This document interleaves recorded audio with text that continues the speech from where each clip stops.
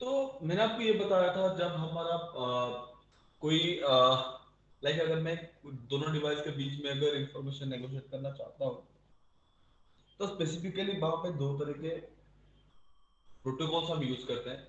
Either अगर वो reliable connection हुआ तो वहां पे टीसीपी यूज होगा, अगर वहां पे रिलायबल कनेक्शन नहीं हुआ तो वहां पे हम आईपी सॉरी यूडीपी को यूज करते हैं। ठीक है। तो जैसे मैंने आपको बताया था टीसीपी में सेगमेंटेशन एक प्रोसेस होता है जो वहां पे स्पेसिफिकली एमटीयू साइज के बेसिस पे क्या करता है, डेटा को डिवाइड करता है। तो इस प्रोसेस को हम वहां पे सेगमेंटेशन बोलते थे। बट आप अगर यूडीपी के केस को थोड़ा अगर गौर से देखोगे तो यूडीपी में भी जो डेटा हमें मिलेगा उसका साइज भी तो क्या होगा, एमटीयू साइज से ज्यादा भी तो हो सकता है। बट यूडीपी के लिए कोई भी स्पेसिफिक रोल ट्रांसपोर्ट लेयर में स्पेसिफाई नहीं किया गया है। ठीक है। तो उसका एक कंडीशन अगर आप देखा जाए तो वहां पे आपको नेटवर्क लेयर में मिलता है। लाइक अगर आपका एमटीयू साइज ज्यादा है, अगर डेटा का साइज एमटीयू साइज से ज्यादा है, सॉरी, अगर आपका डेटा का साइज एमटीयू साइज से ज्यादा है तो वहां पे वो क्या करेगा, वो डेटा नेटवर्क लेयर पे आके जब उस चीज को चेक करता है तो उस पे वो वहां पे क्या करता है, डेटा का साइज वो वहां पे चेक करने के बाद लाइक एमटीयू साइज को वहां पे वो चेक करता है। अगर मैं एमटीयू साइज की बात बताऊं, जब 1500 बाइट था, अगर वो टीसीपी को यूज करता है, टीसीपी में वो स्पेसिफिकली क्या करता है, एमटीयू साइज में टीसीपी के दौरान यानी कि रिलायबल कनेक्शन के दौरान वहां पे वो टीसीपी और आईपी करके दो प्रोटोकॉल सॉरी दो हेडर को वहां पे टैग करता है और वहां पे वो सारे का सारा डेटा डिवाइडेशन प्रोसेस वो टीसीपी में ही क्या कर लेता है, परफॉर्म कर लेता है। बट अगर मैं इस चीज को यूडीपी में समझाऊं तो यूडीपी में हेडर का हमारा दो रहता है, एक रहता है हमारा यूडीपी, दूसरा रहता है आईपी हेडर। और आईपी का जो डिफॉल्ट साइज है वो 20 बाइट और जो यूडीपी का साइज होता है वो 8 बाइट का रहता है। मैंने आपको ऑलरेडी चीज बता रखा है। तो अगर वो एमटीयू साइज को चेक करेगा कि कहाँ पे, नेटवर्क लेयर पे, तो वो वहां पे इस एमटीयू साइज के अकॉर्डिंग डेटा को क्या करता है, डिवाइड करता है। और आईपी हेडर में जो डेटा डिवाइडेशन का प्रोसेस यूडीपी के थ्रू परफॉर्म होता है उस प्रोसेस को हम क्या बोलते हैं, फ्रैगमेंटेशन बोलते हैं। और after doing the after performing the segmentation fragmentation process वहां पे स्मॉलर पीसेस ऑफ डेटा हमें रिसीव होता है ना, उस डेटा को हम फ्रैगमेंटेड डेटा बोलते हैं। और सिंगल पीसेस ऑफ डेटा को हम फ्रैगमेंट बोलते हैं। ठीक है। तो अगर आपको कोई पूछा जाए कि आफ्टर फ्रैगमेंटेशन वो जो डेटा मिलेगा, जो फ्रैगमेंट मिलता है आपको, उसका साइज कितना होगा, तो 20 से 8 अगर आप ऐड करोगे तो ये होता है 28।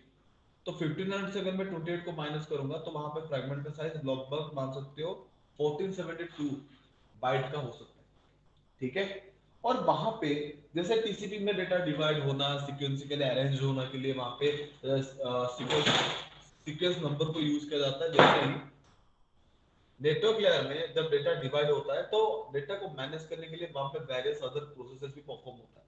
और उन सारे प्रोसेसेस को परफॉर्म करने के बाद नेटवर्क लेयर में क्या होता है ना, डिवाइस क्या करता है उन सारे इंफॉर्मेशन एक पर्टिकुलर फॉर्मेट में अरेंज करता है और डेटा के ऊपर टैग कर लेता है।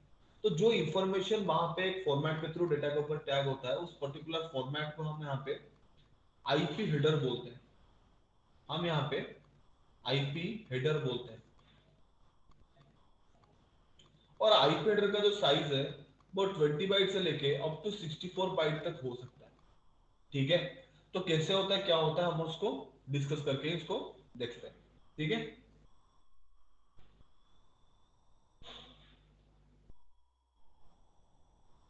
तो आपको गूगल के थ्रू मैं यहाँ पे दिखा देता हूँ।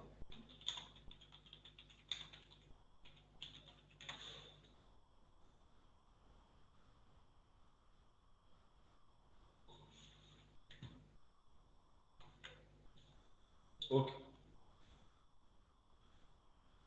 तो यहाँ पे आप देख सकते हो ये जो हेडर फॉर्मेट मैंने आपके सामने पे प्रेजेंट कर रखा है वो हमारा कंप्लीटली क्या है, IPv4 का फॉर्मेट है। ठीक है। ये हमारा IPv4 का फॉर्मेट है। तो इस फॉर्मेट के थ्रू अगर मैं आपको बताऊं, पहले जो आता है वो आता है आपका वर्जन, यानी कि ये इंटरनेट प्रोटोकॉल का कौन सा वर्जन है। अगर IPv4 होगा तो यहाँ पे क्या होगा, IPv4 टैग होता हो जाएगा।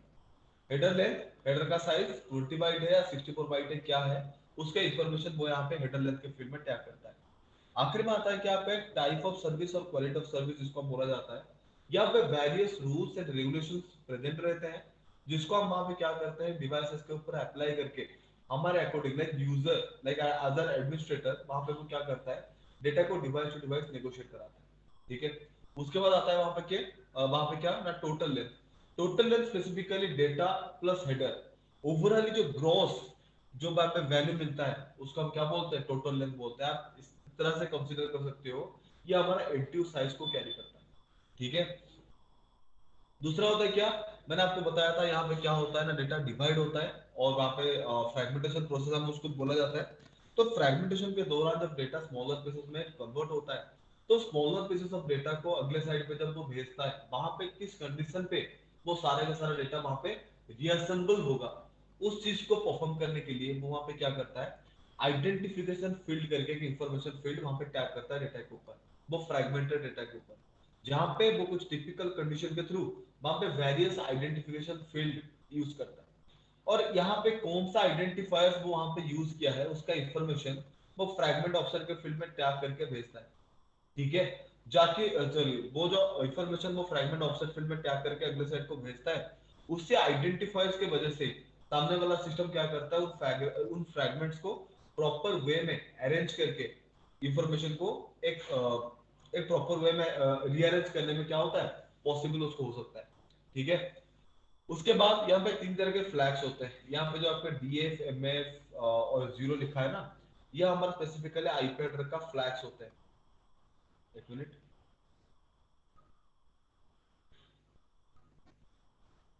ये हमारे फ्लैग्स होते हैं, ठीक है। इन तीनों का यूज मैं आपको आगे जाकर बताऊंगा, ठीक है। तो उसके बाद क्या होता है ना, हेडर चेकसम, जो हमारा डेटा इंटीग्रिटी चेक करता है, एग्जैक्टली सेम प्रोसेस जैसा हमारा टीसीपी हेडर में होता है, यहाँ पे एग्जैक्टली सेम प्रोसेस होता है। एल्गोरिथम को रन करके अवेलेबल इंफॉर्मेशन के ऊपर जो उसको साइफर टेक्स्ट मिलता है, उस वैल्यू को वहां पे क्या करता है, कन्वर्ट करता है हेक्साडेसिमल फॉर्म में, और हेक्साडेसिमल फॉर्म में कन्वर्ट करने के बाद वो अगले साइड के सिस्टम को उसको फॉरवर्ड करता है।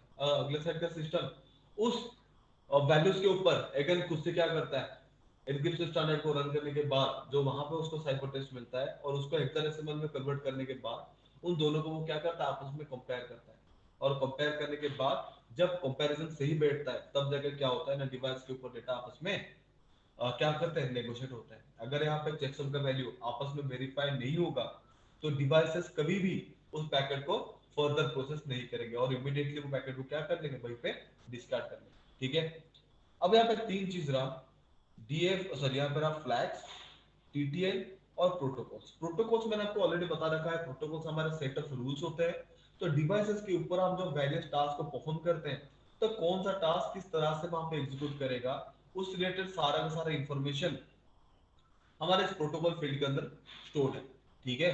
और ये जो होता है हमारा 8 बाई 8 बिट का होता है, ठीक है। और यानी कि 1 से लेकर 2 सॉरी 0 से लेकर 255 तक यहाँ पे प्रोटोकॉल्स क्या है, होस्टेड है। जहाँ पे इस प्रोटोकॉल लिस्ट में पहला एक प्रोटोकॉल आता है जो है हमारा आईसीएमपी होता है। ICMP internet control message protocol, जो स्पेसिफिकली क्या करता है, डिवाइसेस के ऊपर हम जब रीचेबिलिटी टेस्ट करते हैं, whether that particular device is connected with us और नॉट, उस पर्टिकुलर चीज के लिए हम वहां पे जो प्रोटोकॉल के थ्रू इस पर्टिकुलर टास्क को परफॉर्म करते हैं, उस प्रोटोकॉल का हम बोलते हैं आईसीएमपी, ठीक है। अगले बार अगर जाओगे 6 नंबर पे आपको मिलेगा टीसीपी, यानी कि ट्रांसमिशन कंट्रोल प्रोटोकॉल, जो ऑलरेडी हमारे डिवाइस के ऊपर रिलायबल कनेक्शन को एस्टेब्लिश करने का टास्क परफॉर्म करता है। 17 में जाओगे आपको मिलेगा यूडीपी, जो यूजली हमारे डिवाइस के ऊपर क्या करता है, अनरिलायबल कनेक्शन को एस्टेब्लिश करने का रोल प्ले करता है। तो इस तरह से हर एक टास्क के लिए जो जो प्रोटोकॉल वहां पे रिस्पॉन्सिबल होंगे, जो जो रूल्स वहां पे डिफाइन किया गया है, वो सारा का सारा चीज आपको इस प्रोटोकॉल फील्ड में मिल जाएगा। उस चीज को अगर आपको मैं दिखाना चाहूँ,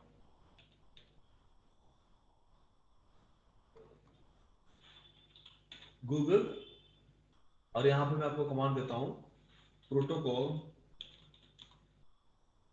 ठीक है, प्रोटोकॉल नंबर्स।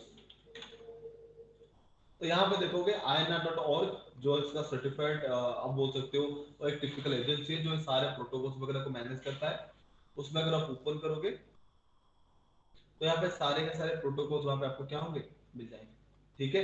जहाँ पे पहला प्रोटोकॉल जो है वो है आपका आईसीएमपी, यानी कि internet protocol sorry internet control message protocol होता है। टीसीपी आपके नंबर 6 पे है, ट्रांसमिशन कंट्रोल प्रोटोकॉल। और उसी तरह से अगर आप 17 पे जाओगे, वहां पे आपको यूडीपी यानी कि यूजर डेटा प्रोटोकॉल मिलेगा, ठीक है। और इन सबका पर्पस क्या क्या है, तो हमारा रेफरेंस जो बुक है, जो हमारे आर्टिकल्स है, वहां पे आप इसका नंबर भी डिफाइन किया गया है। हम उन आर्टिकल्स को पढ़ के उस पर्टिकुलर चीजों को परफॉर्म कर सकते हैं, मुझे पानी ले आना, बहुत वहां पे भर रखा है मैंने बहुत। ठीक है, और चाय ले आना 11 टी।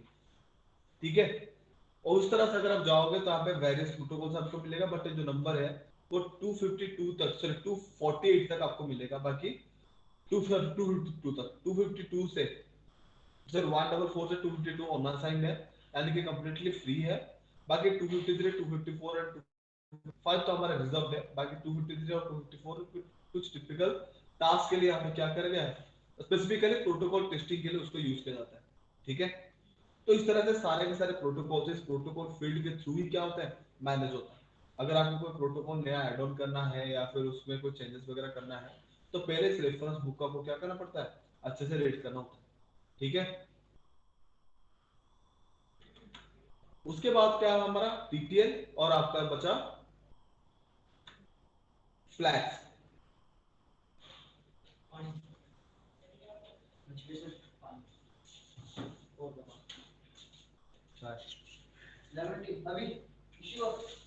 कॉफी होगा, ठीक है,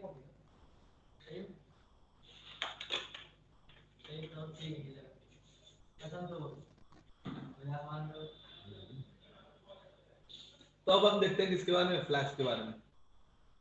तो स्पेसिफिकली यहाँ पे हमारा क्या है ना, तीन तरह के फ्लैग्स होते हैं। ठीक है, एक है हमारा जीरो। जीरो स्पेसिफिकली रिजर्व्ड है, अगर फर्दर हमें फ्लैग्स में कुछ मॉडिफिकेशन करने की जरूरत पड़ा तो हम इस जीरो फ्लैग को यूज कर सकेंगे। ठीक है, दूसरा था आपका DF. DF stands for don't fragment, don't fragment flag. Don't fragment का मतलब क्या होता है, फ्रैगमेंटेशन का मतलब वहां पे डिवाइस हमारा चेक करेगा नेटवर्क लेयर पे, क्या जो डेटा आया है मेरे पास, उस डेटा को डिवाइड करना वहां पे मैंडेटरी है कि नहीं है। उसके लिए वहां पे डीएफ फ्लैग को यूज करता है, और उसमें दो वैल्यूज होते हैं, एक होता है जीरो, दूसरा होता है वन। अगर वहां पे जीरो है तो वहां पे क्या होगा, फ्रैगमेंटेशन परफॉर्म नहीं होगा। अगर वहां पे वन है तो मेरा डेटा क्या करेगा, फ्रैगमेंटेशन प्रोसेस को परफॉर्म करेगा। ठीक है, यानी कि फ्रैगमेंटेशन वहां पे क्या है, नीडेड है। अगर जीरो है तो वहां पे फ्रैगमेंटेशन नीडेड नहीं है। दूसरा जो हमारा फ्लैग है वो है हमारा एमएफ फ्लैग, जिसको हम बोलते हैं मोर फ्रैगमेंट फ्लैग। मोर फ्रैगमेंट फ्लैग, मोर फ्रैगमेंट फ्लैग का मतलब क्या है, ये स्पेसिफिकली डिवाइसेस के ऊपर डेटा नेगोशिएशन प्रोसेस के लिए रिस्पांसिबल रहता है। यानी कि जो डेटा हम डिवाइस टू डिवाइस नेगोशिएट करेंगे उसके लिए वहां पे हम क्या करते हैं, एमएफ फ्लैग को यूज करते हैं। ठीक है, इसमें भी हमारे पास दो ऑप्शंस अवेलेबल है, एक है जीरो, एक है वन। तो मान लो यहाँ पे दो सिस्टम है, सिस्टम ए, यहाँ पे दूसरा सिस्टम है जो है सिस्टम बी। अगर मैं सिस्टम ए से सिस्टम बी के लिए कोई डेटा भेज रहा हूँ, इनके बीच में कम्युनिकेशन हो रहा है और data A to B negotiate हो रहा है। अगर कोई डेटा जा रहा है और डेटा के ऊपर मैंने इस एमएफ फील्ड में बिट वन लगा दिया, तो जब सिस्टम बी को इस ए वाला पैकेट मिलेगा उसको पता लग जाएगा कि अभी मुझे और भी फ्रेगमेंटेड पैकेट्स मिलने वाले हैं, तो जो कनेक्शन वहां पे एस्टेब्लिश हो रखा है उसको कंटिन्यू रखना है। अगर उस डेटा के ऊपर वैल्यू मेरा जीरो हो जाएगा, उसका मतलब क्या है ना, ये मेरा आखिरी का पैकेट है, इसके बाद मुझे कोई भी पैकेट रिसीव नहीं होगा, तो एक कनेक्शन को मैं क्या कर सकता हूँ, टर्मिनेट कर सकता हूँ। तो इस तरह से device to device data negotiation process को मैनेज करने के लिए वहां पर हम किसको यूज करते हैं, एमएफ फ्लैग को यूज करते हैं। ठीक है, और आखिरी में जो कॉन्सेप्ट है आपका वो है आपका टीटीएल। टीटीएल होता है आपका क्या ना, टाइम टू लीव। ये स्पेसिफिकली क्या होता है एक्चुअली, इसको अगर मैं नेटवर्किंग पॉइंट ऑफ व्यू से अगर आपको बताऊं, तो ये एक लूप अवॉइडिंग मैकेनिज्म है। डिवाइसेस के ऊपर क्या होता है, जब आप एक नेटवर्क के अंदर इंफॉर्मेशन नेगोशिएट होता है ना, तो कुछ टेक्निकल इश्यूज के टाइम पे उस पर्टिकुलर नेटवर्क के अंदर राउटिंग लूप्स बनने का चांसेस बहुत ज्यादा हो जाता है। तो उन्हीं लूप्स के टाइम पे हमारे पास बहुत सारे अनवांटेड पैकेट्स जनरेट हो जाता है। तो उन अनवांटेड पैकेट्स को मैनेज करना, और आप इस तरह से बोल सकते हो कि वो राउटिंग लूप्स को प्रिवेंट करने के लिए वहां पे टिटेल करके कॉन्सेप्ट को डेवलप किया गया था, जहां पे ये जो वैल्यू होता है टिटेल का वो होता है हमारा 0 टू 255, और डिफरेंट डिफरेंट ओएस के अकॉर्डिंग इस वैल्यू को डिफाइन किया गया है। लाइक अगर मैं विंडोज की बात करूं वहां पे वैल्यू होता है 128, अगर मैं वहां पे बात करूं लिनक्स का तो वहां पे वैल्यू होता है 64। ठीक है,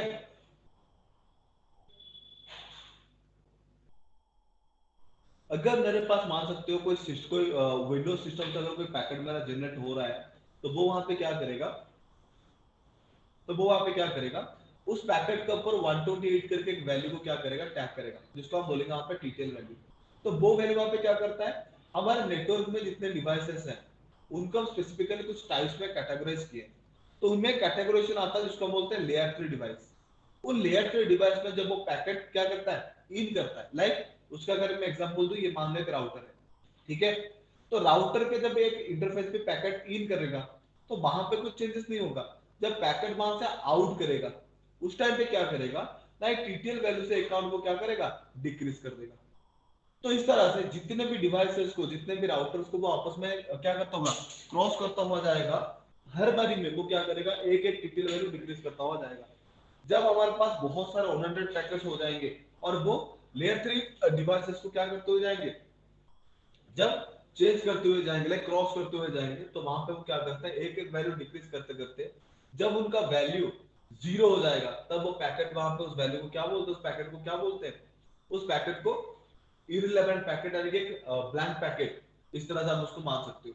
तो पैकेट को खुद ही क्या कर, उस पर्टिकुलर पैकेट को खुद ही क्या कर लेंगे, ना डिस्ट्रॉय कर लेंगे।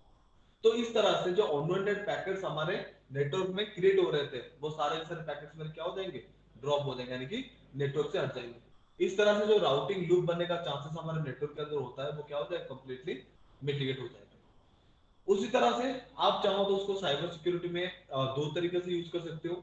एक तो है ओएस डिटेक्शन, जिसको आप अगर साइबर सिक्योरिटी में आगे जाके पढ़ोगे, उसको आप बोलते हैं ओएस फिंगरप्रिंटिंग करके कॉन्सेप्ट है, जहां पर आप क्या करते हैं, टीटीएल के थ्रू क्या करते हो ना, ओएस को गेस करते हो कि जो टारगेट सिस्टम है उसमें कौन सा ऑपरेटिंग सिस्टम चलता है।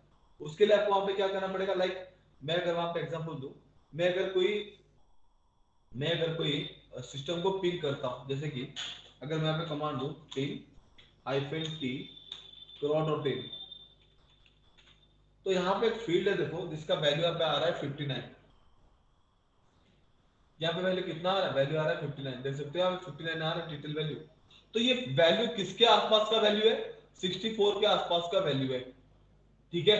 तो 64 यानी कि आप इस तरह से मान सकते हो कि क्रॉ.इन का जो सर्वर है वो लिनक्स के कोई ऑपरेटिंग सिस्टम के ऊपर क्या कर रहा है, रन कर रहा है, ठीक है। तो इस तरह से आप सामने वाले के सिस्टम के ऊपर कौन सा ऑपरेटिंग सिस्टम रन हो रहा है, उसका इंफॉर्मेशन आप उसके थ्रू क्या कर सकते हो, गेस कर सकते हो, ठीक है। और साथ में ये और भी बताता है कि कितने सारे डिवाइसेस को हम क्रॉस करते हुए जाकर मतलब जा रहे हैं, जिस तरह से हम उस पर्टिकुलर सर्वर के साथ हमारा कम्युनिकेशन हो रहा है। लाइक अगर आप देखोगे ये मेरा कितना है, 64 है, और ये मेरा 59, तो लगभग आप मान सकते हो 5 होस्ट की क्या है, डिस्टेंस है, यानी कि 5 डिवाइसेस को क्रॉस करने के बाद, 5 टाइप्स के राउटर्स या फिर 5 नेटवर्क डिवाइसेस को वो क्या करता है, क्रॉस करने के बाद ही क्या कर रहा है ना, मेरे जो क्रॉ.इन का जो सर्वर है उसके साथ वो क्या कर रहा है, कम्युनिकेशन परफॉर्म कर रहा है, ठीक है।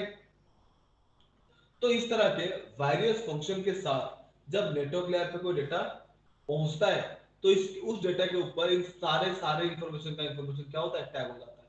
साथ में डिवाइस का खुद का आईपी एड्रेस, जिसको हम बोलते हैं सोर्स आईपी, यहाँ पे देख सकते हो, सोर्स आईपी में वहां पे क्या करता है, खुद का आईपी एड्रेस सोर्स आईपी में, और डेस्टिनेशन आईपी टारगेट सिस्टम का आईपी एड्रेस को टैग करता है, ताकि लॉजिकली कनेक्शन उनके ऊपर क्या हो सके, एक सर्विस हो सके। उसके बाद है ऑप्शन फील्ड। ऑप्शन फील्ड में क्या होता है ना, हमारे डिवाइस के ऊपर जैसे एमटीयू होता है, मैक्सिमम ट्रांसमिशन यूनिट, वैसे ही और एक वैल्यू है जिसको हम बोलते हैं एमटीयू, हम उसको बोलते हैं मिनिमम ट्रांसमिशन यूनिट। वो कंडीशन क्या स्पेसिफाई करता है ना, वो वहां पे ये लेवल डिसाइड करता है कि डेटा का मिनिमम साइज कितना हो, ताकि वो डेटा बाहर आउटसोर्सिंग हो पाए। उसके लिए वो वहां पे क्या करता है, अगर कोई डेटा का size according to minimum transmission unit अगर कैपेबल नहीं है, तो वो वहां पे क्या करता है, एक डेटा पैडिंग करके प्रोसेस वहां पे वो परफॉर्म करता है, जहां पे फॉल्स डेटा, उस डेटा के ऊपर वो ऐड करके उसका साइज को वो इंक्रीज कर देता है। और उस डेटा का जब साइज वहां पे इंक्रीज हो जाता है, ठीक है, तब वो डेटा वहां पे क्या होता है, आउटसोर्सिंग करने के लिए रेडी हो जाता है। तो डेटा में कैपेबिलिटी देने के लिए वहां पे जो डेटा पैडिंग का प्रोसेस होता है, उस प्रोसेस को परफॉर्म करने के दौरान इस डेटा जो हमारा जो आईपैड है उसका साइज क्या हो जाता है, 64 बाइट तक पहुंच जाता है, ठीक है। और आखिर में जो उसका फील्ड है वो है आपका डेटा फील्ड, तो जहां पे हम क्या करते हैं, डेटा को टैग करते हैं, यानी कि डेटा के ऊपर ये सारा का सारा इंफॉर्मेशन नेटवर्क लेयर के थ्रू क्या होता है, असाइन होता है, तो यहां तक किसी को कुछ डाउट है? No sir. No Yogi sir. जी क्लियर है यस सर। सबको? Harsh? Yes sir. Yes sir. Okay, तो ये था आपका क्या ना, नेटवर्क लेयर। ठीक है, उसके बाद अगर हम नेक्स्ट लेयर की डिस्कशन करें, वो है आपका डेटा लिंक लेयर। ठीक है, तो डेटा लिंक लेयर स्पेसिफिकली वहां पे क्या करता है ना, मैंने आपको नेटवर्क लेयर में एक डेफिनेशन दिया था कि वो वहां पे layer to layer data negotiation process को मैनेज करने का टास्क परफॉर्म करता है। बट नेटवर्क जो एक टर्म है, वो भी तो एक वैल्यू डिफाइन कर रहा है। वो वहां पे कौन सा वैल्यू डिफाइन करता है ना, वो वहां पे ये वैल्यू डिफाइन कर रहा है कि with in a network devices आपस में क्या कर रहे हैं, इंफॉर्मेशन को नेगोशिएट करने में सक्सेसफुल है, लाइक वो कैपेबल है। तो जब एक नेटवर्क फॉर्म होता है, वहां पे भी तो मल्टीपल डिवाइसेस आपस में इंटरकनेक्ट है। तो उनके ऊपर जो हम कनेक्शन एस्टेब्लिश कर रखे हैं, वो किस लिए कर रखे हैं, इंफॉर्मेशन को नेगोशिएट करने के लिए। तो वो जो टास्क मैनेज होगा वो किसके लिए, वो सॉरी, वो जो पर्टिकुलर टास्क है वो हमारा डेटा लिंक लेयर के थ्रू ही क्या होता है, मैनेज होता है। तो हमारा नेटवर्क लेयर, सॉरी, हमारा जो डेटा लिंक लेयर है, वो वहां पे क्या करता है, with in a network data negotiation process के लिए रेस्पॉन्सिबल रहता है। यानी कि एक नेटवर्क के अंदर device to device information negotiate का, सॉरी, इंफॉर्मेशन नेगोशिएट का जो टास्क है, वो हमारा डेटा लिंक लेयर के थ्रू क्या होता है, मैनेज होता है। ठीक है, और उस पर्टिकुलर टास्क को परफॉर्म करने के उस पर्टिकुलर टास्क को परफॉर्म करने के लिए हमारा डेटा लिंक लेयर अगेन दो सब लेयर्स में डिवाइडेड है। एक है हमारा एलएलसी, दूसरा है हमारा मैक। एलएलसी का फुल फॉर्म होता है आपका logical link control sub layer, और दूसरा होता है आपका मैक। मैक होता है आपका मीडिया एक्सेस कंट्रोल। ठीक है, तो एलएलसी जो है वो आपका logical link control sub layer है। इसका मतलब क्या है ना, हमारे डिवाइस के ऊपर जब डेटा नेगोशिएशन होता है ना, तो डेटा जो नेगोशिएट होता है हमारा डिवाइस टू डिवाइस, वो टिपिकल मीडियम के फॉर्म में क्या होता है, नेगोशिएट होता है। ठीक है, तो वहां पे डिवाइस के अंदर जो हमारा डेटा होता है वो हमारा बाइनरी फॉर्म में रहता है, और जो डेटा हमारा कोई मीडियम के थ्रू जब डिवाइस टू डिवाइस फ्लो करता है, तो वो मीडियम के अकॉर्डिंग क्या हो जाता है, कन्वर्ट हो जाता है। तो ये डेटा जो वहां पे बाइनरी टू उस टिपिकल मीडियम के फॉर्म में कन्वर्ट होना, और अगले साइड्स पे जाके रिकन्वर्जन प्रोसेस, ये सारा का सारा टास्क हमारा एलएलसी यानी कि logical link control sub layer के थ्रू क्या होता है, मैनेज होता है। और साथ में और भी वेरियस टास्क के लिए हम एलएलसी हमारा रेस्पॉन्सिबल रहता है। बट ये सारी चीज आपको नेटवर्किंग में पढ़ने को मिलेगा आपके आपके इस कोर्स मॉड्यूल के हिसाब से, बस उसका एक ही टास्क है। ठीक है, दूसरा है आपका क्या, मैक। मैक होता है हमारा मीडिया एक्सेस कंट्रोल। तो मीडिया एक्सेस कंट्रोल वहां पे क्या करता है ना, मीडिया एक्सेस कंट्रोल जो आपका टर्म है वो वहां पे ये डिफाइन करता है, एक डिवाइस के ऊपर एक फिजिकल आइडेंटिटी वो क्या करता है, स्पेसिफाई करता है। लाइक मैक एड्रेस हमारे कोई भी डिवाइस को एक फिजिकल एड्रेस असाइन कर देता है। जैसे कि हम सबका नाम है, वो हमारे लिए क्या है, एक लॉजिकल एड्रेस है। बट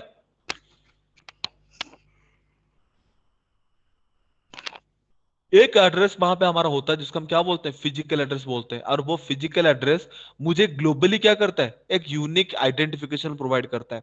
वैसे ही मैक एड्रेस डिवाइस को क्या करता है, एक फिजिकल वैल्यू के थ्रू यूनिक आइडेंटिफिकेशन प्रोवाइड करने का काम परफॉर्म करता है।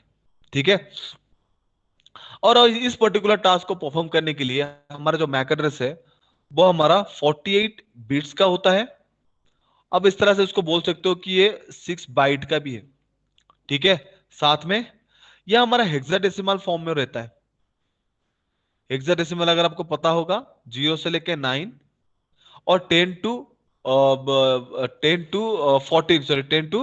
15, जो वैल्यूज है उसका हम क्या करते हैं ना, ए टू एफ के थ्रू क्या करते हैं, प्रेजेंट करते हैं। ठीक है, तो 0 से लेके 15 हमारा 16 नंबर्स होते हैं। तो इस वजह से हम उसको क्या बोलते हैं, हेक्साडेसिमल फॉर्म बोलते हैं, जो वहां पे नंबर और कैरेक्टर को लेके क्या होता है, डिफाइंड होता है। आखिर में आके आखिर में आकर अगर मैं आपको बताऊं, ये हमारा 12 कैरेक्टर्स के थ्रू क्या होता है ना, डिफाइंड होता है। यानी कि हम जो मैक एड्रेस को प्रेजेंट करेंगे, जो रिप्रेजेंट करेंगे, वो हमारा हेक्साडेसिमल फॉर्म में होगा, और 12 कैरेक्टर्स के थ्रू हम क्या कर सकते हैं, डिफाइन कर सकते हैं नंबर, कुछ न्यूमेरिक वैल्यूज और कुछ कैरेक्टर वैल्यूज को एग्रीगेट करके हम वहां पे क्या करते हैं, इस पर्टिकुलर चीज को, इस पर्टिकुलर टास्क को परफॉर्म करते हैं। ठीक है। उसके बाद तो एक चीज यहाँ पे हमेशा याद रखना, जितने भी हमारे पास डिवाइसेस हैं, हर किसी का यूनिक वैल्यू रहता है, यानी कि एक यूनिक आइडेंटिफिकेशन रहता है। और उस पर्टिकुलर टास्क हमारा मैक एड्रेस, यानी कि एक MAC address inter globally multiple device के ऊपर नहीं हो सकता। ठीक है। तो जब डेटा हमारे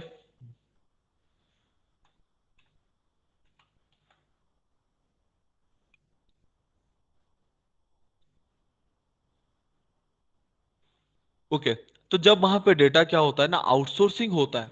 ठीक है, लाइक मैंने आपको बताया था, डेटा के लिए पहले क्या चाहिए, लॉजिकल वैल्यू चाहिए, जिसके लिए हम वहां पे क्या किया, आईपी एड्रेस को यूज करके डिवाइस टू डिवाइस क्या कर लिए, कम्युनिकेशन प्रोसेस स्टार्ट कर लिए। बट लॉजिकल वैल्यूज के साथ भी हमें क्या करना होता है, वहां पे डेटा को एक फिजिकल एड्रेस यानी कि एक यूनिक आइडेंटिफिकेशन भी क्या करना होता है, प्रोवाइड करना जरूरी होता है। और उस पर्टिकुलर टास्क को परफॉर्म करने का जो एबिलिटी है, वो हमारा डेटा लिंक लेयर के पास होता है। तो जब डेटा आउटसोर्सिंग होने के लिए चाहता है ना, तो उस डेटा के ऊपर हम क्या करते हैं, फिजिकल वैल्यूज को इंप्लीमेंट करते हैं। इसके लिए हमारे इस डेटा लिंक हेडर के पास, सॉरी, डेटा लिंक लेयर के पास एक हेडर फॉर्मेट होता है, जिसको हम बोलते हैं इथरनेट हेडर। तो स्पेसिफिकली उसका जो हेडर होता है, वो होता है हमारा 14 बाइट का, जिसमें यूजुअली हमारा क्या है ना, 3 फील्ड का एक इंफॉर्मेशन टैग होता है। एक है हमारा डेस्टिनेशन मैक, यानी कि टारगेट सिस्टम का फिजिकल एड्रेस। सोर्स मैक, ये होता है हमारा खुद के सिस्टम का फिजिकल एड्रेस। और यहाँ पे लगता है टाइप फील्ड, वहां पे वो IPv4 को यूज कर रहा है और IPv6 को यूज कर रहा है, उसका इंफॉर्मेशन यहाँ पे क्या होगा, टैग होता हुआ जाएगा। तो हमारा जो मैक एड्रेस होता है वो 6 बाइट का होता है। तो डेस्टिनेशन मैक हमारा कितना होगा, 6 बाइट का होगा। सोर्स मैक हमारा 6 बाइट का होगा। और जो टाइप फील्ड होता है, ये हमारा क्या रहता है, 2 बाइट का रहता है। तो ओवरऑल उसका साइज कितना है, 14 बाइट का है। और आखिर में यहाँ पे क्या रहेगा, एमटीयू साइज रहता है, यानी कि मैक्सिमम ट्रांसमिशन यूनिट रहता है, यानी कि जिसमें डेटा का साइज हम 0 से 1500 बाइट के दौरान क्या करते हैं, यहाँ पे प्रेजेंट करते हैं।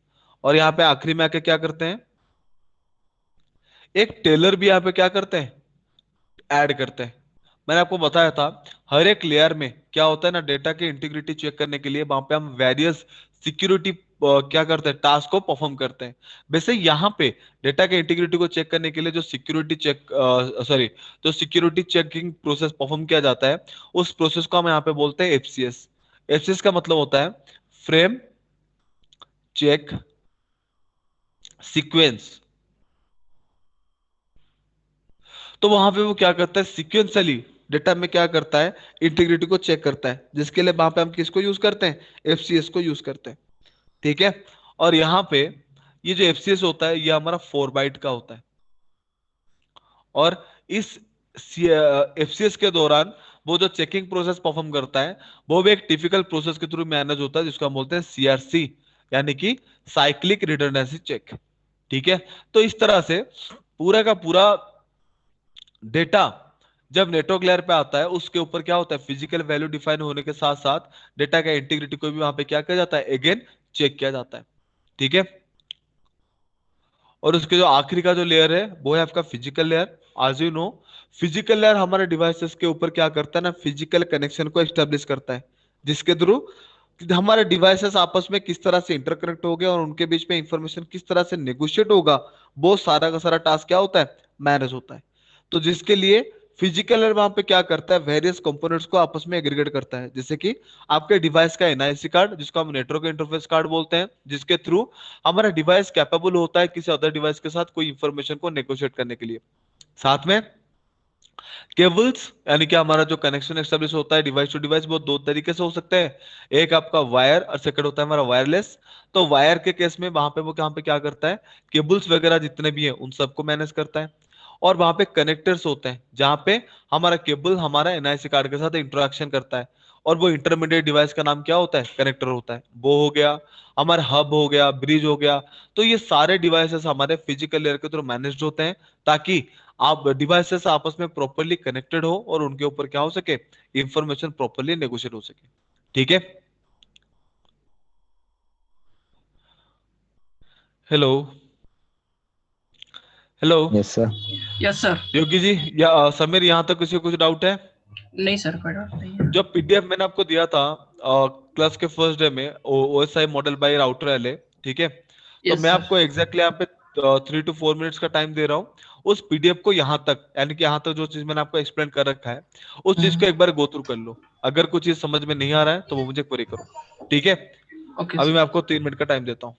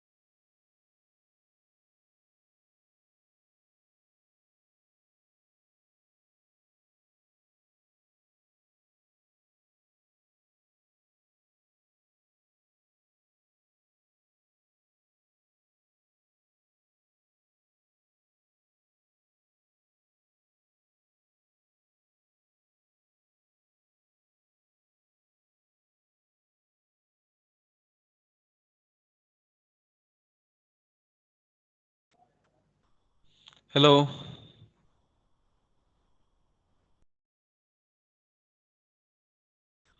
हेलो। Yes sir. डाउट है पीडीएफ को गो थ्रू किए? यस सर, कर लिए सर। इसके बाद इनकैप्सुलेशन और डिकैप्सुलेशन हाँ, पढ़ाइएगा। वो बता देता हूँ। ठीक है, सर ये पिछले क्लास में हो चुका है एक्चुअली। ये सारा चीज हो चुका था। ये तो फिर मुझे दोबारा, फिर आपको मैं क्यों पढ़ा रहा हूँ? इस चीज तो आप मुझे बताना चाहिए था ना पहले टाइम पे जब स्टार्ट किया मैंने। जी सर। कहाँ तक हो गया था? इनकैप्सुलेशन डिकैप्सुलेशन वगैरह लास्ट हो गया था? खत्म, ओएसआई मॉडल खत्म हो गया था। ओ तेरी, फिर मैं दोबारा से क्यों कर रहा हूँ योगी जी? अरे सर, तो मुझे तो पता है, ये भी तो था बंदा उस दिन, इसने जब उसको नहीं बोला। मैं मेरे वही तो पास तो बोल रहा है हूँ। ही नहीं पीडीएफ, मेरे पास तो पीडीएफ है ही नहीं, मैं बताया था क्या क्या है। अरे यार। पहले था ही नहीं। कोई नहीं सर, चलो, रिवाइज हो गया थोड़ा बहुत। चलो कोई नहीं, आगे कंटिन्यू करते हैं। जी देखो, सर। तो वैसा मॉडल ऑलरेडी हमारा हो चुका था। अब देखते हैं नेटवर्क फंडामेंटल्स के बारे में। ठीक है, तो अगर मैं फंडामेंटल्स की बात करूं तो पहले आता है क्या ना, हमारा डिवाइस के ऊपर जो कनेक्शन होता है। ठीक है, बट कनेक्शन जानने से पहले हम पहले वहां पे क्या करेंगे ना, डिफरेंट डिफरेंट टोपोलॉजीज के बारे में जानेंगे। ठीक है, बट स्पेसिफिकली मैं यहाँ पे बता दूं, हमारे जो डिवाइस के ऊपर हम जो कनेक्शन को एक्स्टेब्लिश करते हैं, ठीक है, वो हमारा स्पेसिफिकली दो टाइप्स का होता है। ठीक है, वो हमारा दो टाइप्स का होता है। एक होता है हमारा सर्वर क्लाइंट, ठीक है। दूसरा होता है हमारा सर्वर क्लाइंट को जिसको हम बोलते हैं point to multi point connection, point to multi point connection. दूसरा होता है हमारा क्या, peer to peer connection. Peer का मतलब होता है स्टैंडअलोन डिवाइस। ठीक है, तो आप इस तरह से बोल सकते हो, इसको हम इस तरह से बोल भी सकते हैं, पॉइंट टू पॉइंट कनेक्शन। तो हमने दो तरीके से हम क्या कर सकते हैं ना, इंफॉर्मेशन को डिवाइस के ऊपर नेगोशिएट कर सकते हैं। सर्वर क्लाइंट में क्या होगा ना, एक रहेगा हमारा सेंट्रलाइज सर्वर, जिसके थ्रू हम क्या करेंगे, मल्टीपल डिवाइसेस को कनेक्ट करके एक पर्टिकुलर टाइम पे एक ही इंफॉर्मेशन को मल्टीपल डिवाइसेस के साथ शेयर कर सकते हैं। तो इस टाइप का जो कनेक्टिविटी और जो कनेक्शन हम वहां पे एक्स्टेब्लिश करते हैं, उसको हम क्या बोलते हैं, point to multi point connection हम उसको बोलते हैं। दूसरा होता है हमारा क्या ना, पीयर टू पीयर, जिसको हम बोलते हैं पॉइंट टू पॉइंट कनेक्टिविटी, जहां पे डिवाइस टू डिवाइस डायरेक्टली क्या होगा ना, कनेक्शन एस्टेब्लिश होगा। और इन दोनों टाइप के कनेक्शन को एस्टेब्लिश करने के लिए हमारे पास दो टाइप्स के मीडियम होते हैं। एक होता है हमारा वायर मीडियम, दूसरा हमारा वायरलेस मीडियम। ठीक है, तो उस मीडियम को बताने से पहले मैं आपको बताना चाहूंगा, हमारे जो एंटायर डिवाइसेस है उसको हम क्या कर रखे हैं, तीन हिस्सों में डिवाइड कर रखे हैं। एक है हमारा लेयर थ्री डिवाइस, दूसरा है हमारा layer two, sorry layer two device, और होता है हमारा लेयर वन डिवाइस। ठीक है, डिफरेंट डिफरेंट लेयर के अकॉर्डिंग हमने क्या किया है, डिवाइस को इस तरह से अरेंज कर रखा है। लेयर थ्री डिवाइसेस क्या है, जिन जिन डिवाइसेस वहां पे आईपी एड्रेसेस के थ्रू आपस में इंफॉर्मेशन को नेगोशिएट करते हैं, उन सारे डिवाइसेस को हम वहां पे लेयर थ्री डिवाइस बोलते हैं। ठीक है, तो आप इस तरह से मान लो खुद के आपके जो पीसीज हो गए, ठीक है, आपके पीसीज हो गए, लैपटॉप्स हो गए, वो सारे के सारे हमारे इसी कैटेगोराइज के अंदर आते हैं, लेयर थ्री के कैटेगोराइजेशन में। उसके बाद हमारा क्या है, पीसी के बाद होता है हमारा राउटर हो गया, जिसके बारे में हम अभी आगे जाके डिस्कस करेंगे, राउटर क्या होता है, किस तरह से काम करता है। उसके बाद हमारा हो गया, राउटर के बाद फायरवॉल हो गया। ठीक है, आपका वेब कैमराज हो गए। तो जितने भी डिवाइसेस वहां पे आईपी एड्रेसेस को यूज करके आपस में इंफॉर्मेशन को नेगोशिएट करते हैं ना, वो सारे के सारे डिवाइसेस हमारा क्या है, लेयर थ्री के अंडर आते हैं। दूसरा होता है क्या हमारा लेयर टू। लेयर टू की अगर मैं बात करूं, वहां पे सारे के सारे डिवाइसेस अगर मैक एड्रेस को यूज करके, यानी कि जो हमारा फिजिकल एड्रेस है, उसी एड्रेस को यूज करके अगर आपस में इंफॉर्मेशन को नेगोशिएट करेंगे, तो वहां पे हम उसको क्या बोलते हैं ना, लेयर टू डिवाइस बोलते हैं। और आखिरी में होता है आपका क्या, L1। और लेयर टू स्विच में, सॉरी लेयर टू डिवाइस में मैं एक एग्जांपल देता हूं, जो है हमारा स्विच। स्विच स्पेसिफिकली हमारा एक ऐसा डिवाइस है जो वहां पे क्या करता है, मैक एड्रेस को यूज करके आपस में इंफॉर्मेशन को नेगोशिएट करते हैं। ठीक है, तो स्पेसिफिकली स्विच को हम क्या बोलते हैं, एक लेयर टू डिवाइस बोलते हैं। उसके बाद क्या होता है हमारा ना, लेयर वन, और जिसको हम L1 डिवाइस बोलते हैं। तो जो लेयर वन डिवाइस है, वो वहां पे क्या है ना, जो हमारा हार्डवेयर डिवाइसेस है, जैसे कि आपका हो गया हब, ठीक है, ब्रिज, आपके केबल्स, आपके एनआईसी कार्ड्स, ठीक है, वो सारे के सारे आपके किसके अंदर आएंगे, L1 के अंदर आएंगे। ठीक है। तो इनके अरेंजमेंट को लेके हम वहां पे क्या करते हैं ना, डिवाइस के ऊपर end to end connectivity establish करते हैं। अगर मैं यहाँ पे कनेक्शन के लिए वायरलेस जो आपके कॉन्सेप्ट है उसको अगर मैं स्किप करके वायर के मैकेनिज्म आपको मैं एक्सप्लेन करूं, तो वहां पे वेरियस वायर्स को हम यूज करते हैं डिवाइस टू डिवाइस क्या करने के लिए, कनेक्शन एस्टेब्लिश करने के लिए। तो केबल्स में एक जो टाइप होता है उसका बोलते हैं इथर टाइप, जिसको हम बोलते हैं इथरनेट। उसके बाद होता है हमारा क्या ना, फाइबर, या आप इसको इथरनेट बोल सकते हो, नहीं तो कॉपर वायर भी बोल सकते हो, कॉपर केबल भी हम उसको बोलते हैं।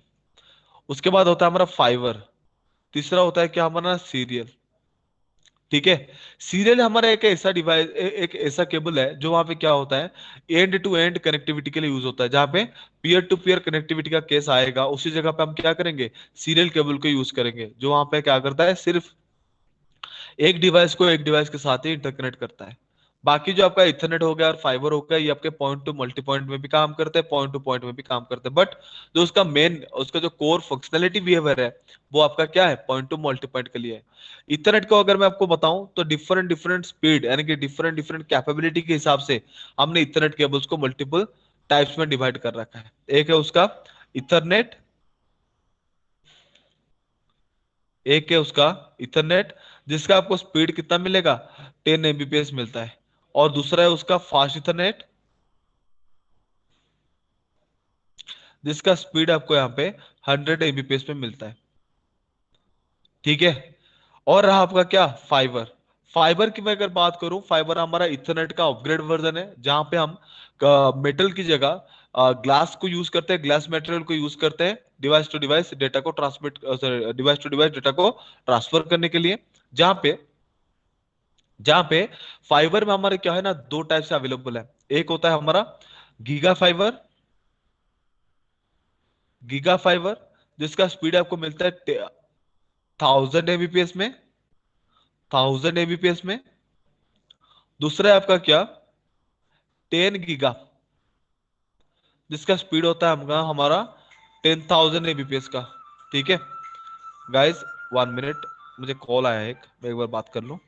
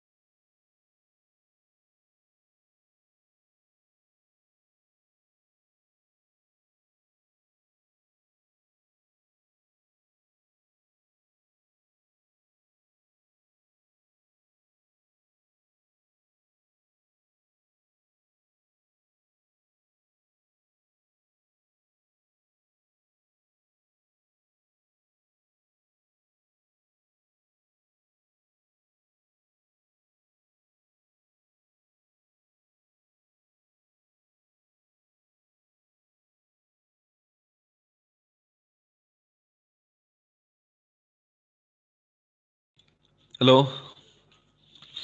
Okay, let's continue.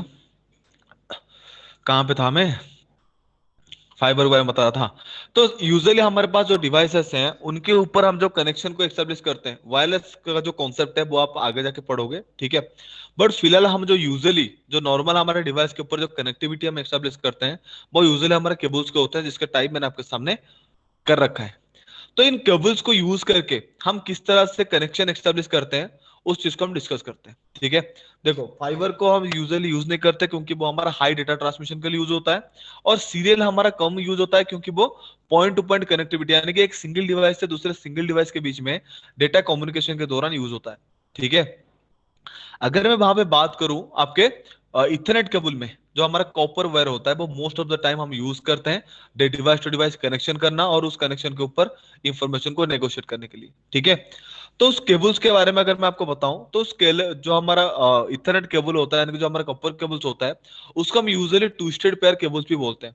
Twisted pair cables हम क्यों बोलते हैं ना, उस केबल्स के अंदर आपके 4 पेयर्स में केबल्स आपस में ट्विस्ट होता हुआ मिलता है, ठीक है, जिसमें 4 तरह के कलर कोडिंग पे आपको आपको केबल्स मिलता है, ठीक है। एक है आपका ग्रीन, जिसका कलर कोडिंग आपको मिलता है व्हाइट ग्रीन पे। दूसरा होता है आपका ऑरेंज, ये आपको मिलता है व्हाइट ऑरेंज पे। एक मिलता है आपका ब्लू, जो है आपका व्हाइट ब्लू, ब्राउन, और है आपका व्हाइट ब्राउन। तो इस तरह के 4 टाइप्स के कलर कोडिंग के साथ ही आपको वो ट्विस्टेड पेयर केबल्स क्या होगा, मिलेगा, ठीक है। तो इसको आपको अगर देखना है तो मैं आपको इस तरह से दिखा भी देता हूं उसका एक डेमो, जो आप ऑनलाइन पे देख भी सकते हो। ट्विस्टेड पेयर केबल्स,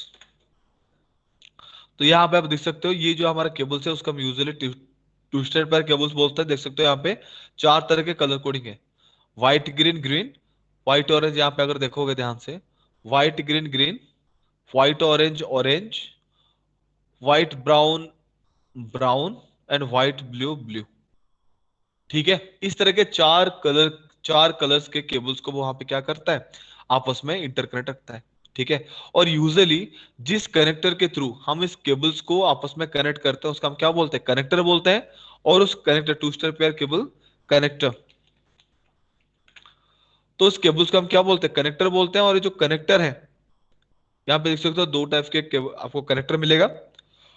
ये वाला जो कनेक्टर है RJ45, आरजे का मतलब होता है रिडंडेंट जैक, ठीक है।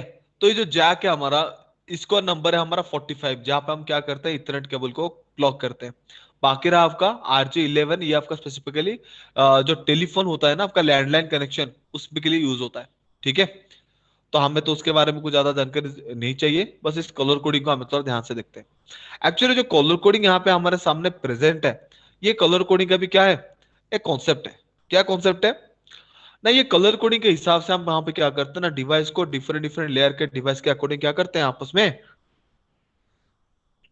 इंटरकनेक्ट करते हैं, आपस में इंटरकनेक्ट करते हैं। कैसे? तो इस कलर कोडिंग को अरेंज करने के लिए हमारे पास एक स्टैंडर्ड है जिसको हम बोलते हैं T568, ठीक है। और इस कलर कोडिंग का 2 टाइप्स का अरेंजमेंट है, एक अरेंजमेंट को हम बोलते हैं ए, दूसरे को हम बोलते हैं बी। ए कलर कोडिंग में क्या आता है, ए कलर कोडिंग में आता है white green, green, white orange, blue, white blue, orange, white brown, and brown. ये जो टाइप का कलर कोडिंग है उसको हम क्या बोलते हैं, T568 ए कलर कोडिंग। दूसरा होता है हमारा T568 बी कलर कोडिंग, जो है हमारा white orange, orange, white green, blue, white blue, green, white brown, and brown. तो इस तरह के जो सेकेंड कलर कोडिंग के जो पैटर्न है हमारे पास, उसको हम क्या बोलते हैं, T568 बी बोलते हैं, ठीक है। तो ये दोनों कलर कोडिंग का यूसेज क्या है लाइक इस कनेक्टिविटी के हिसाब से अगर आप देखोगे तो हमारा जो केबल का जो अरेंजमेंट है इथरनेट केबल का, वो दो टाइप का है।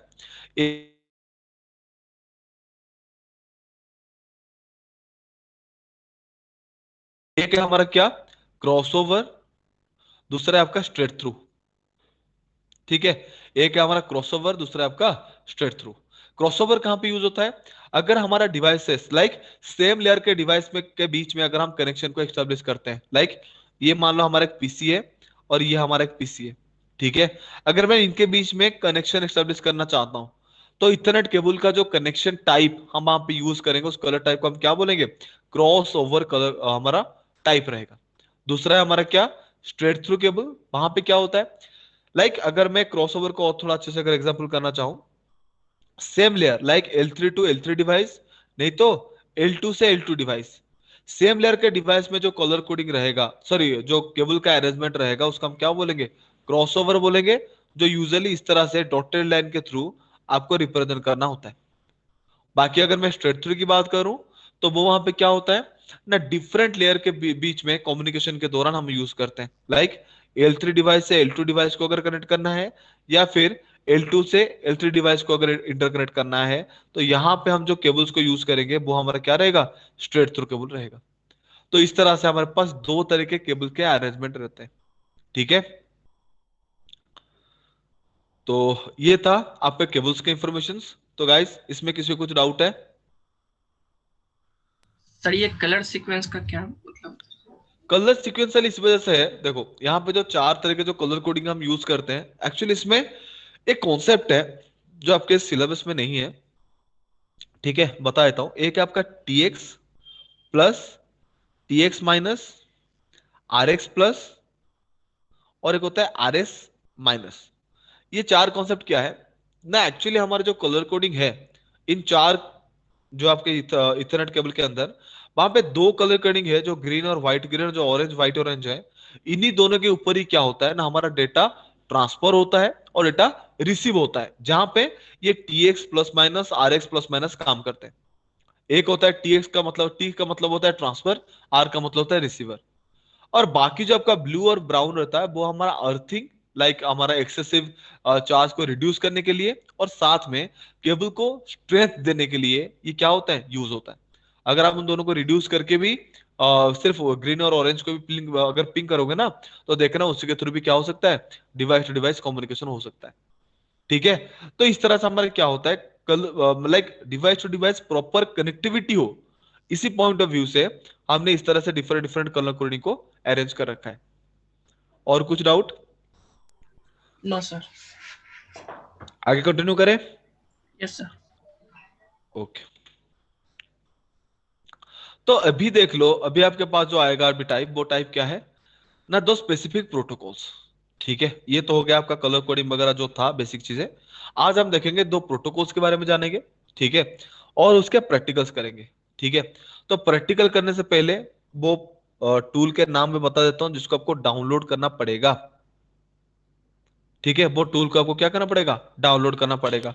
वो टूल क्या है, मैं गूगल पे जाना है और आपको देना है Cisco packet tracer.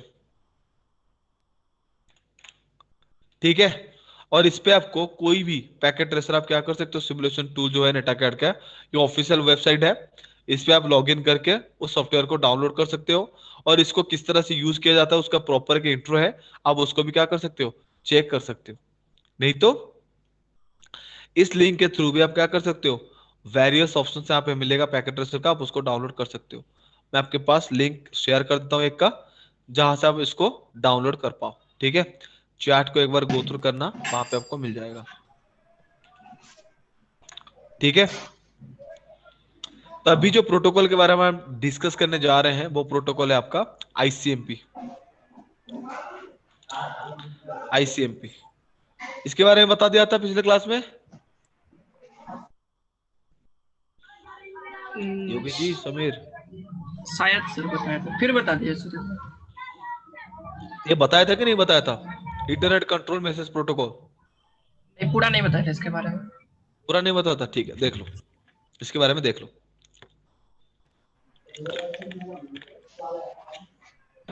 ICMP stands for Internet Control Message Protocol, ठीक है। एक्चुअली ये हमारा मैसेज प्रोटोकॉल क्या है ना, आईसीएमपी को हम यूज करते हैं डिवाइस के ऊपर एंड टू एंड रीचेबिलिटी को चेक करने के लिए। हमारे डिवाइस के ऊपर प्रॉपर कनेक्टिविटी एस्टेब्लिश्ड है कि नहीं है, उसी चीज को कंफर्म करने के लिए जो प्रोटोकॉल हम वहां पे यूज करते हैं, उस प्रोटोकॉल हमको उस पर्टिकुलर प्रोटोकॉल को हम यूजुअली आईसीएमपी बोलते हैं, ठीक है। So it's protocol number is 1.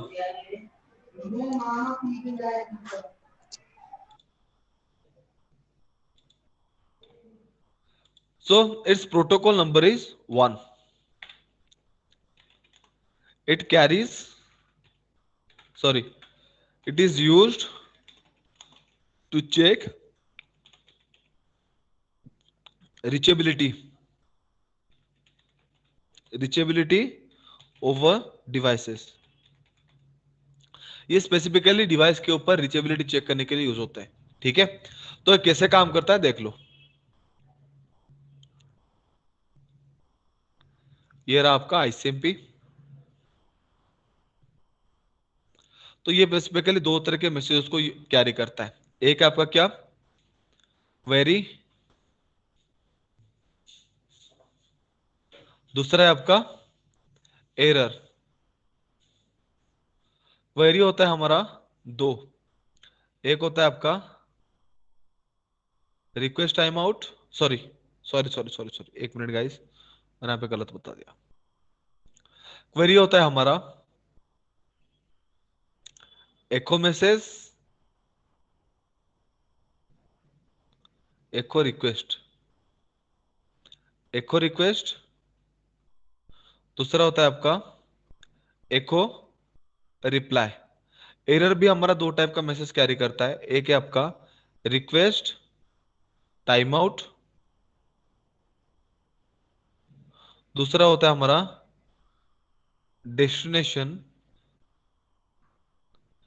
Destination host unreachable.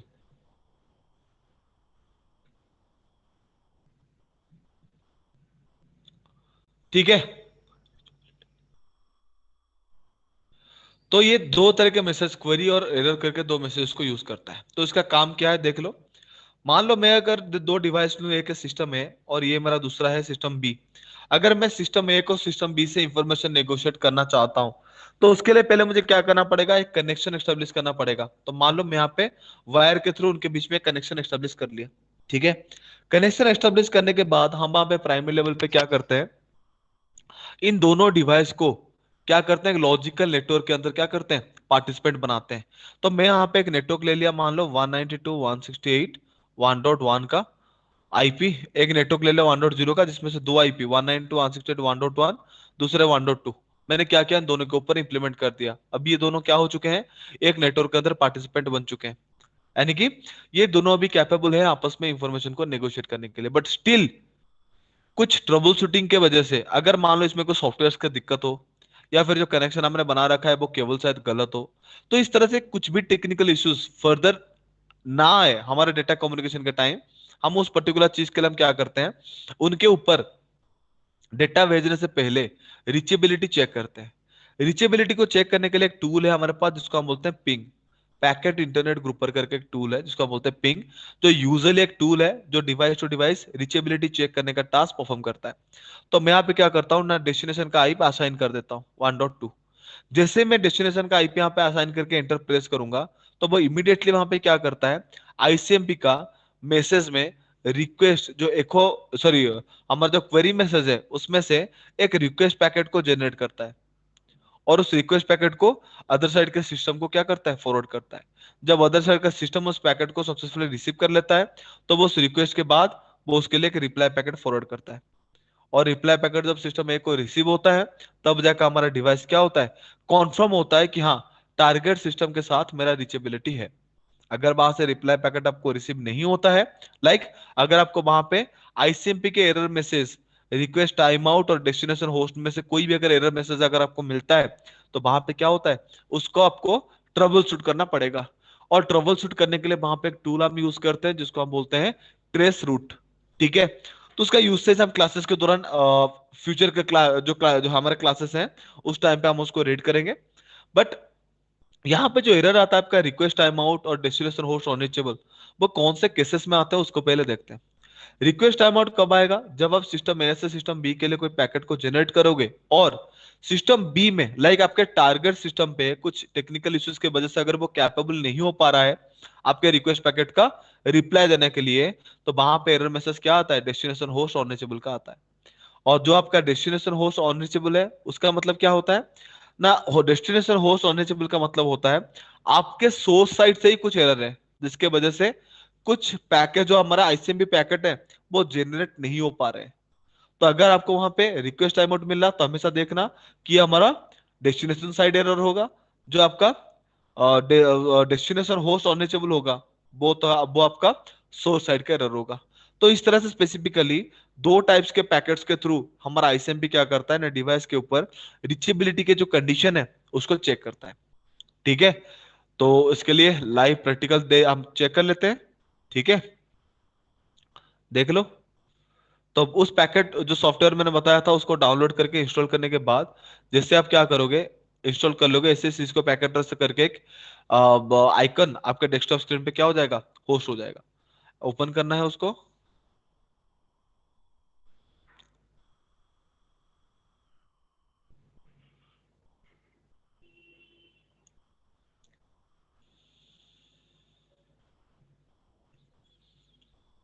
मैं यहाँ पे कर देता हूँ गेस्ट लॉगिन।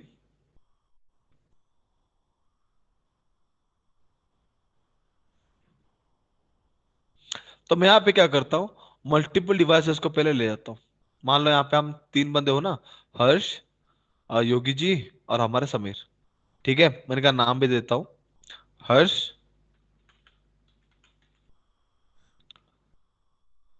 योगी जी और ये रहे हमारे समीर। ठीक है, अब तीनों को मैं क्या करता हूँ आपस में इंटरकनेक्ट कर देता हूँ। लाइक आपको अगर पता होगा हमारे डिवाइस के ऊपर एक ही इथरनेट पोर्ट अवेलेबल है, यानी कि हमारे डिवाइस से अगर एक पर्टिकुलर टाइम पे अगर इंफॉर्मेशन नेगोशिएट करना चाहता है तो वो सिर्फ एक ही डिवाइस के साथ कम्युनिकेशन परफॉर्म कर सकता है। अगर हमें मल्टीपल डिवाइस के साथ अगर साइमल्टेनियसली एक पर्टिकुलर टाइम पे इंफॉर्मेशन नेगोशिएट करना है तो वहां पे हम टिपिकल एक डिवाइस को यूज करते हैं। वो डिवाइस का नाम क्या है? उस डिवाइस को हम बोलते हैं स्विच। तो मैं यहाँ पे 2950T करके स्विच है उसको इस्तेमाल करता हूँ। कनेक्ट किया, डिवाइस को कनेक्ट कर दिया। ठीक है,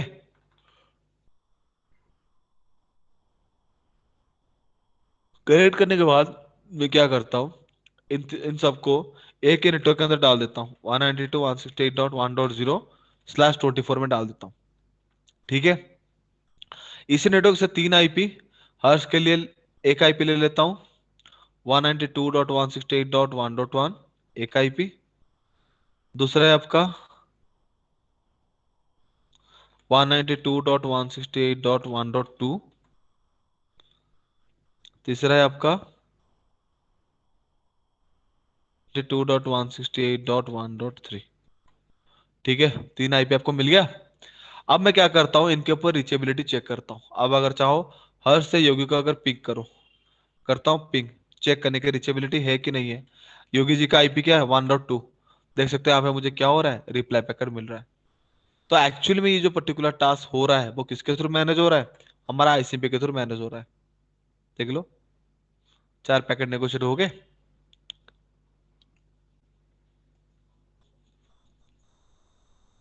अब आपको ये चीज मैं चेक करके दिखाता हूँ कि एक्चुअल में आईसीएमपी के दौरान किस तरह के पैकेट नेगोशिएट होते हैं।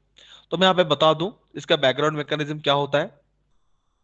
मान लो ये है सिस्टम ए और ये है मेरा सिस्टम बी। अगर मैंने यहाँ से सिस्टम ए से सिस्टम बी के लिए क्या क्या रीचेबिलिटी टेस्ट करना चाहा तो वहां पे क्या होगा, मान लो इसका आईपी है 192.168.1.1 और इसका है आपका 192.168.1.2। तो जैसे ही मैं यहाँ पे पिंग रिक्वेस्ट करूंगा तो वहां पे क्या होता है ना कि एको रिक्वेस्ट पैकेट जनरेट होता है। और उस एको रिक्वेस्ट पैकेट में क्या होता है, चार फील्ड अवेलेबल रहते हैं। एक रहता है आपका सोर्स आईपी, दूसरा रहता है डेस्टिनेशन आईपी, तो सोर्स आईपी में वो खुद का आईपी को टैग करता है 192.168.1.1। डेस्टिनेशन में वो डेस्टिनेशन का आईपी को टैग करता है, जो है आपका अपने पिंग के थ्रू जो आईपी उसको असाइन किए होंगे 192.168.1.2। उसके बाद सोर्स मैक, यानी कि इस डिवाइस का मैक, अभी उसका मैक क्या है, ए है। दूसरा है उसका डेस्टिनेशन मैक, तो मैक हमारा क्या है, बी है। बट अगर आप ध्यान से देखो, इनिशियल स्टेज में हम तो बस पिंग के, सॉरी, जब पिंग हम करते हैं तब वहां पे डेस्टिनेशन का आईपी हमने असाइन कर दिया, तो इसको डेस्टिनेशन आईपी मिल गया। तो ये डेस्टिनेशन का मैक एड्रेस उसको मिलेगा कैसे? और विदाउट डेस्टिनेशन मैक ये पैकेट मेरा क्या है, ये जो एको रिक्वेस्ट पैकेट हमने, एको रिक्वेस्ट पैकेट जो हमारा डिवाइस ने क्या क्या जनरेट कर दिया, वो पैकेट अभी क्या है, इनकम्प्लीट है, क्योंकि उसको अभी डेस्टिनेशन मैक के बारे में कोई पता नहीं है। तो इस पैकेट को, यानी कि डेस्टिनेशन मैक को रिजर्व करने के लिए वहां पे आईसीएमपी पैकेट क्या करता है, खुद कैपेबल नहीं है, क्योंकि हमारा जो आईसीएमपी है कंप्लीटली एक लेयर 3 प्रोटोकॉल है, यानी कि नेटवर्क लेयर का प्रोटोकॉल है। तो अगर नेटवर्क लेवल का प्रोटोकॉल है तो वो सिर्फ आईपी एड्रेस को ही क्या कर सकता है, समझ सकता है। तो मैक एड्रेस का इंफॉर्मेशन को फाइंड करना उसके लिए क्या नहीं है, पॉसिबल नहीं है। तो उसके लिए इस पर्टिकुलर टास्क को परफॉर्म करने के लिए वो वहां पे क्या करता है, इस पर्टिकुलर टास्क को एक दूसरा प्रोटोकॉल जो है हमारा एआरपी, उसको हैंड ओवर कर देता है। तो एआरपी क्या है उसको पहले देख लेते हैं।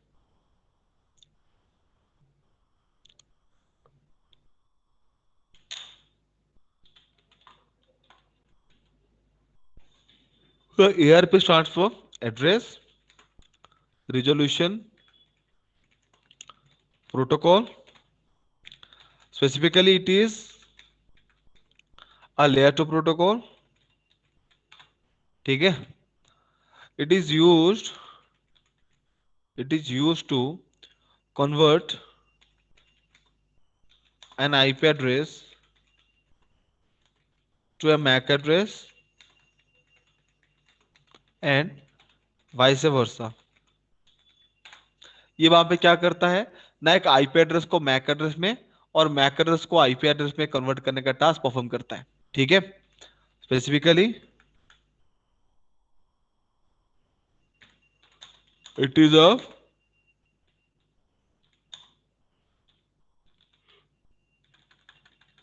three types. One is ARP, second one is proxy ARP, तीसरा होता है हमारा ग्रेसियस।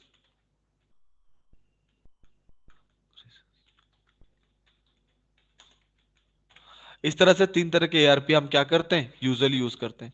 तो यहाँ पे जो पहले मैंने एआरपी ले रखा है ना, वो हमारा ये वाला एआरपी है जो मैंने यहाँ पे लिख रखा है, it is use to convert IP address to MAC address. ये हमारा क्या है, एआरपी का काम है। और एआरपी का जो टाइप है प्रॉक्सी आरपी और ग्रेसियस आरपी, वो क्लासेस के दौरान आपके सामने बताता जाऊंगा। ठीक है, तो एआरपी यहाँ पे क्या करेगा ना, जैसे यहाँ पे आईसीएमपी पैकेट को डेस्टिनेशन का नहीं मिला, तो वो वहां पे इमीडिएटली क्या करेगा, उस पर्टिकुलर टास्क के लिए वो एआरपी पैकेट को पैकेट क्या कर देगा, हैंड ओवर कर देगा। और जैसे ही वहां पे पैकेट एआरपी को हैंड ओवर हुआ, तो एआरपी वहां पे क्या करेगा, चार फील्ड के इंफॉर्मेशन को वो यूज करेगा, जहां पे सोर्स मैक, खुद का मैक, सोर्स आईपी, खुद का आईपी जो है आपका 192.168.1.1, डेस्टिनेशन मैक, भाई डेस्टिनेशन मैक तो पता नहीं है। तो डेस्टिनेशन मैक मैक अगर पता नहीं है, लाइक अगर आपको पता होगा, लाइक मुझे अगर पता है, ठीक है, एक अंधेरे रूम में, बिल्कुल एक डार्क रूम में योगी जी उस रूम में प्रेजेंट है। अगर मुझे उनको आइडेंटिफाई करना है कि योगी जी सच में वो रूम के अंदर है कि नहीं है, तो मैं वहां पे क्या करूंगा, चिल्लाऊंगा, आवाज दूंगा जोर से, योगी जी क्या आप इस रूम पे हो। तो वो जो मैं काम किया, वो जो मैंने चिल्लाया, वो मेरा क्या है, ब्रॉडकास्ट है। तो वैसे ही डेस्टिनेशन मैक में तो उसको पता नहीं है, तो वो वहां पे क्या करता है, एक ब्रॉडकास्ट पैकेट वहां पे टैग करता है, जो होता है हमारा लेयर 2 ब्रॉडकास्ट का एड्रेस। तो लेयर 2 ब्रॉडकास्ट का एड्रेस क्या होगा, 12 टाइम एफ। ठीक है, और यहाँ पे रहेगा डेस्टिनेशन आईपी। आईपी क्या है ना, 192.168.1.2 है। ठीक है, जब एआरपी पैकेट वहां पे क्या होगा, सिस्टम पे गया, और यहां से देखो पूरा का पूरा चारों को चारों फील्ड यहाँ पे फील्ड अप है, तो सिस्टम में उस पैकेट को क्या करेगा, आगे टारगेट सिस्टम को फॉरवर्ड करेगा। तो जैसे ही वो एआर पैकेट सिस्टम बी को रिसीव हुआ, तो वो वहां पे इमीडिएटली क्या करता है, एक एआरपी का रिप्लाई पैकेट भी जनरेट करता है, जहां पे सोर्स मैक क्या रहेगा, खुद का मैक एड्रेस लगाएगा। सोर्स आईपी क्या लगाएगा, सॉरी खुद का आईपी लगाएगा 192.168.1.2 लगाएगा। डेस्टिनेशन मैक खुद का मैक जो है ए, और यहाँ पे डेस्टिनेशन आईपी क्या लगाएगा, जो वहां से उसको आया था 192.168.1.1। ठीक है, अब पैकेट क्या हुआ, सिस्टम ए को वो हैंड ओवर करेगा। जैसे ही वो पैकेट सिस्टम ए को हैंड ओवर हुआ, सिस्टम ए को क्या चाहिए था, डेस्टिनेशन मैक चाहिए था। अब यहाँ पे देखो सोर्स फील्ड में डेस्टिनेशन मैक वो लेके आ रहा है, तो इसको क्या हो जाएगा, डेस्टिनेशन मैक मिल गया। तो यहाँ पे मेरा जो आईसीएमपी का एको रिक्वेस्ट पैकेट इनकम्प्लीट होने के वजह से फॉरवर्ड नहीं हो रहा था, अभी वो क्या हो चुका है, कंप्लीट हो चुका है और आगे फॉरवर्ड होने के लिए रेडी है। तो वहां पे वो आईसीएमपी एको रिक्वेस्ट को क्या करेगा, सिस्टम बी के पास फॉरवर्ड करेगा। और जैसे ही वो आईसीएमपी एको रिक्वेस्ट मेरे सिस्टम बी के पास पहुंचा, सिस्टम बी क्या करेगा, एको रिक्वेस्ट के अगेंस्ट पे एक एको रिप्लाई पैकेट भेजेगा, एको रिप्लाई पैकेट भेजेगा, जहां पे सोर्स आईपी क्या रहेगा 192.168.1.2, डेस्टिनेशन आईपी मेरा क्या रहेगा 192.168.1.1, सोर्स मैक क्या रहेगा बी, और आपका डेस्टिनेशन मैक क्या रहेगा ए। तो जब रिप्लाई पैकेट मेरा कंप्लीट हो गया और वो सिस्टम बी उस पैकेट को जब सिस्टम ए को हैंड ओवर कर देगा, तब जाके क्या होगा, मेरा एक पिंग पैकेट क्या होता है, सक्सेसफुल होता है। उस चीज को प्रैक्टिकली यहाँ पे दिखा देता हूँ, देख लो रियल डिवाइसेस के ऊपर। सिमुलेशन मोड में चला जाता हूँ और यहाँ से हर्ष से समीर को पिन करता हूँ, जिसका आईपी है 1.3। जैसे मैंने पिंग किया, यहाँ पे देखो दो पैकेट मेरे जनरेट हो रहे हैं। क्यों हो रहे हैं, क्योंकि यहाँ पे आईपी तो है बट डेस्टिनेशन मैक का कोई इंफॉर्मेशन नहीं है, और जब तक उसको मैक का इंफॉर्मेशन नहीं मिलेगा तब तक वो पैकेट को आगे फॉरवर्ड नहीं करेगा। तो ये रहा, हमने क्या किया, आईसीएमपी पैकेट मेरा होल्ड में गया और उसके अगेंस्ट पे वहां पे ईआरपी पैकेट जनरेट हो गया। और उस ईआरपी पैकेट पे अगर आप देखोगे, वो सोर्स आईपी पे खुद का आईपी, सोर्स मैक पे खुद का मैक। इस फील्ड को एक बार ध्यान से देखो, source MAC, source IP, destination IP, और यहाँ पे रहा डेस्टिनेशन मैक, वहां पे लेयर टू ब्रॉडकास्ट का इंफॉर्मेशन टैग कर दिया। अब वो इंफॉर्मेशन वहां पे क्या होगा, आगे फॉरवर्ड होकर जैसे ही स्विच को हिट करेगा, स्विच वहां पे क्या करेगा, उस पैकेट को एंटायर नेटवर्क में अवेलेबल डिवाइसेस के साथ शेयर कर लेगा। तो जिसका आईपी एड्रेस उसके डेस्टिनेशन का आईपी एड्रेस के साथ मैच किया, उसने उस पैकेट को रिसीव करेगा और उस पैकेट के लिए क्या करेगा, रिप्लाई पैकेट को जनरेट करेगा। तो देख लो, जब ये रिप्लाई पैकेट को जनरेट करेगा तो सोर्स आईपी मेरा क्या रहेगा, खुद का आईपी जो है 192.168.1.3, और सोर्स आईपी क्या है 192.168.1.1। सोर्स मैक वहां पे क्या रहेगा, खुद का मैक एड्रेस यहाँ पे वो कैरी कर रहा है, देख सकते हो इस फील्ड में, और यहाँ पे डेस्टिनेशन का मैक है। टैग करने के बाद वहां पे क्या करेगा, बैठ के वो रिप्लाई करेगा किसके पास, स्विच के पास रिप्लाई करेगा। स्विच अभी क्या करेगा, रिप्लाई पैकेट को जिस सिस्टम ने एआरपी पैकेट भेजा था उसको हैंड ओवर कर दिया। अब इसको देखो, IP address sorry MAC address का इंफॉर्मेशन मिल गया, ये रहा उसका सोर्स मैक का इंफॉर्मेशन और ये रहा उसका डेस्टिनेशन मैक का इंफॉर्मेशन। दोनों का इंफॉर्मेशन जब उसको मिल गया, वहां पे आईसीएमपी पैकेट मेरा क्या हो चुका है, कंप्लीट हो चुका है। देख लो, ये रहा आपका इथरनेट हेडर, ये रहा आपका इथरनेट हेडर, जहाँ पे डेस्टिनेशन का मैक एड्रेस ये रहा, सोर्स मैक एड्रेस ये रहा, और ये रहा आपका सोर्स आईपी, ये रहा आपका क्या, डेस्टिनेशन आईपी। ठीक है, और वहां पे वो इंफॉर्मेशन को क्या करेगा, आगे फॉरवर्ड करेगा किसके पास, स्विच के पास। स्विच उसको सिस्टम के पास फॉरवर्ड करेगा। वहां से जब रिप्लाई पैकेट आएगा, टारगेट सिस्टम जब उसको रिसीव कर लेगा, करने के बाद उसको एक इस तरह से एक पैकेट शो करेगा, क्या बता रहा है, रिप्लाई किसका, रिक्वेस्ट पैकेट का। कौन से सिस्टम से, ना जिस टारगेट सिस्टम के साथ वो रीचेबिलिटी टेस्ट करना चाहता था। जब उसको इस तरह से पैकेट मिल जाएगा, तब क्या हो जाता है ना, ये कॉन्फर्म हो जाता है कि दोनों डिवाइस के बीच में क्या है, रीचेबिलिटी है। नाउ यू कैन सी, अब डिवाइसेस के ऊपर क्या है, रीचेबिलिटी है। अब यहाँ पे डिवाइसेस आपस में इंफॉर्मेशन को नेगोशिएट करने के लिए क्या है, कैपेबल है। ठीक है, तो इस तरह से आईसीएमपी और एआरपी डिवाइसेस के ऊपर डेटा कम्युनिकेशन प्रोसेस को मैनेज करते हैं, whether is there any reachability present और नॉट। अगर डिवाइस के ऊपर रीचेबिलिटी नहीं है तो और रीचेबिलिटी है, उस चीज को चेक करने के लिए हम इस तरह से आईसीएमपी और एआरपी को क्या करते हैं, यूज करते हैं। और उन्हीं के दौरान ये कॉन्फर्म होता है कि डिवाइस के ऊपर कनेक्शन एस्टेब्लिश है, तब जाकर हम क्या करते हैं, इंफॉर्मेशन डिवाइस टू डिवाइस क्या करते हैं, नेगोशिएट करते हैं। इस एंटर प्रोसेस में किसी को कुछ डाउट है? No sir. क्लियर है पक्का? Yes sir. Yogi ji, sir. Yes sir. Harsh, yes sir. Clear है कि डाउट है? Yes sir. Done. 1 minute guys.